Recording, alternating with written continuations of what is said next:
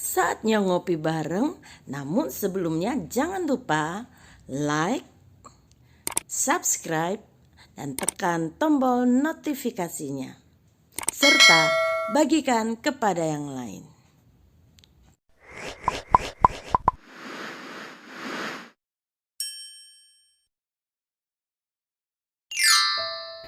Hati-hati terhadap ragi Herodes. Shalom saudaraku.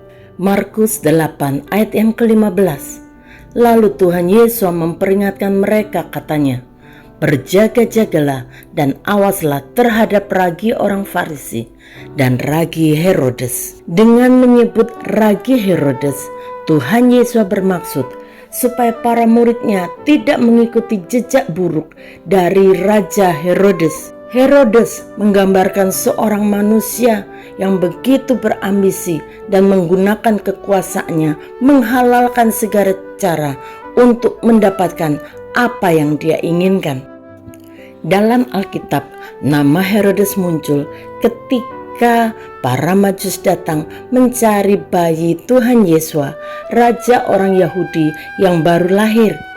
Mendengar hal itu, Raja Herodes terkejut hingga mengumpulkan semua imam kepala dan ahli Taurat untuk mencari informasi mengenai raja yang baru lahir itu.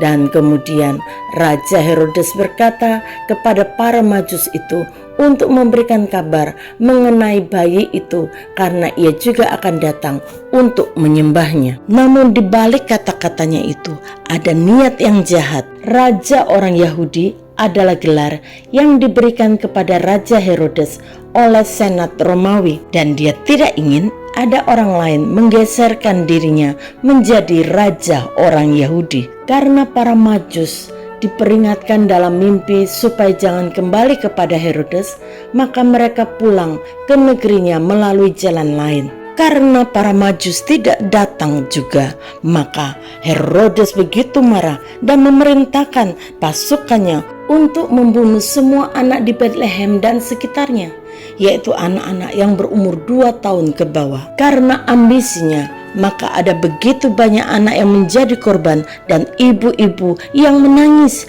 karena kehilangan bayinya.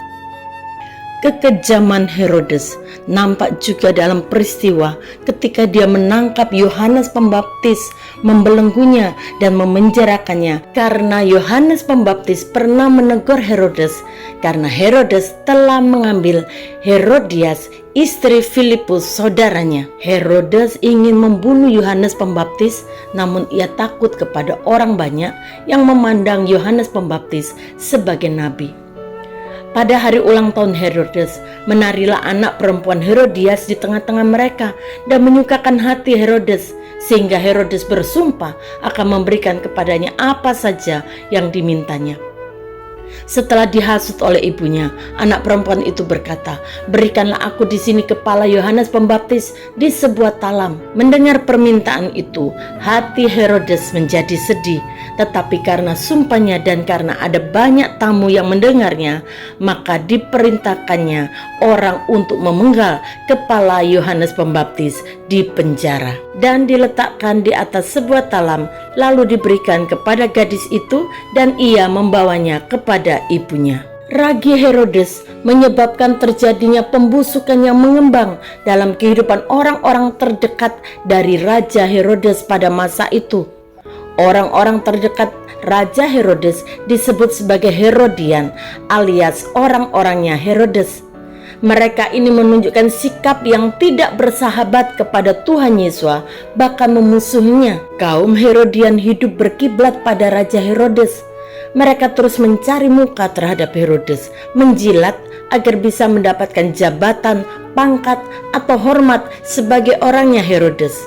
Demi memperoleh itu, mereka rela melakukan apa saja yang diinginkan atau diperintahkan Herodes. Dalam Markus 12 ayat yang ke-13 sampai 17, kita bisa membaca bahwa mereka terlibat untuk menjebak Tuhan Yesus. Markus mencatat bahwa ada beberapa orang Farisi dan Herodian disuruh oleh pemimpin mereka untuk menjerat Tuhan Yesus lewat hal membayar pajak pada kaisar. Mereka mengira Tuhan Yesus akan berkata bahwa penduduk tidak perlu membayar pajak kepada penguasa, dan dengan itu mereka berharap bisa menangkap Tuhan Yesus. Tetapi Tuhan Yesus tahu itu jebakan orang-orang munafik. Lalu kata Tuhan Yesus kepada mereka, "Berikanlah kepada Kaisar apa yang wajib kamu berikan kepada Kaisar, dan kepada Tuhan apa yang wajib kamu berikan kepada Tuhan." Dan mereka sangat heran mendengar dia. Saudara, dari hidup Herodes dan perilaku orang-orang Herodian, kita bisa melihat butanya hati, melihat kebenaran karena silau oleh harta, pangkat, jabatan, maupun hal-hal yang lain yang dikejar oleh dunia. Bagaimana ragi Herodes ini bisa bekerja hari ini? Ada begitu banyak orang yang menghalalkan segala cara agar dia mendapatkan kenaikan pangkat, dia mendapatkan kedudukan atau jabatan, bahkan pasangan hidup dan kekayaan. Itu terjadi di kehidupan di luar gereja. Dalam gereja, ragi ini pun bekerja merusak orang-orang percaya. Kita bisa melihat dari orang-orang yang berusaha mencari pangkat atau jabatan sehingga menanggalkan iman mereka, berpaling dari Tuhan dan menggadaikan hak kesulungan mereka. Kasih karunia Tuhan yang begitu besar menjadi tidak ada artinya sama sekali, digantikan oleh berbagai kenikmatan yang memuaskan daging untuk sementara. Orang-orang yang tadinya baik hidupnya sesuai dengan kebenaran, kemudian berbelok arah karena tidak tahan terhadap godaan yang ditawarkan oleh dunia. Takut kehilangan kesempatan naik pangkat, jabatan, pamor, karir, popularitas yang fana, sehingga banyak orang dengan cepat membuang iman mereka. Bahkan dalam memilih pasangan pun hak kesulungan kerap mudah dilepaskan. Saudara, sebagai orang percaya, kita harus berhati-hati terhadap segala penawaran yang bisa menjauhkan kita dari kebenaran Tuhan Yesus dan mencemarkan iman kita. Jangan biarkan diri kita tergiur oleh silonya status, jabatan, harta, popularitas, dan hal lain-lain yang dianggap mendatangkan kebahagiaan oleh dunia. 1 Yohanes 2 ayat 15-17. Janganlah kamu mengasihi dunia dan apa yang ada di dalamnya. Jika orang mengasihi dunia, maka kasih akan Bapa tidak ada di dalam orang itu. Sebab semua yang ada di dalam dunia, yaitu keinginan daging dan keinginan mata, serta keangkuhan hidup, bukanlah berasal dari Bapa, melainkan dari dunia.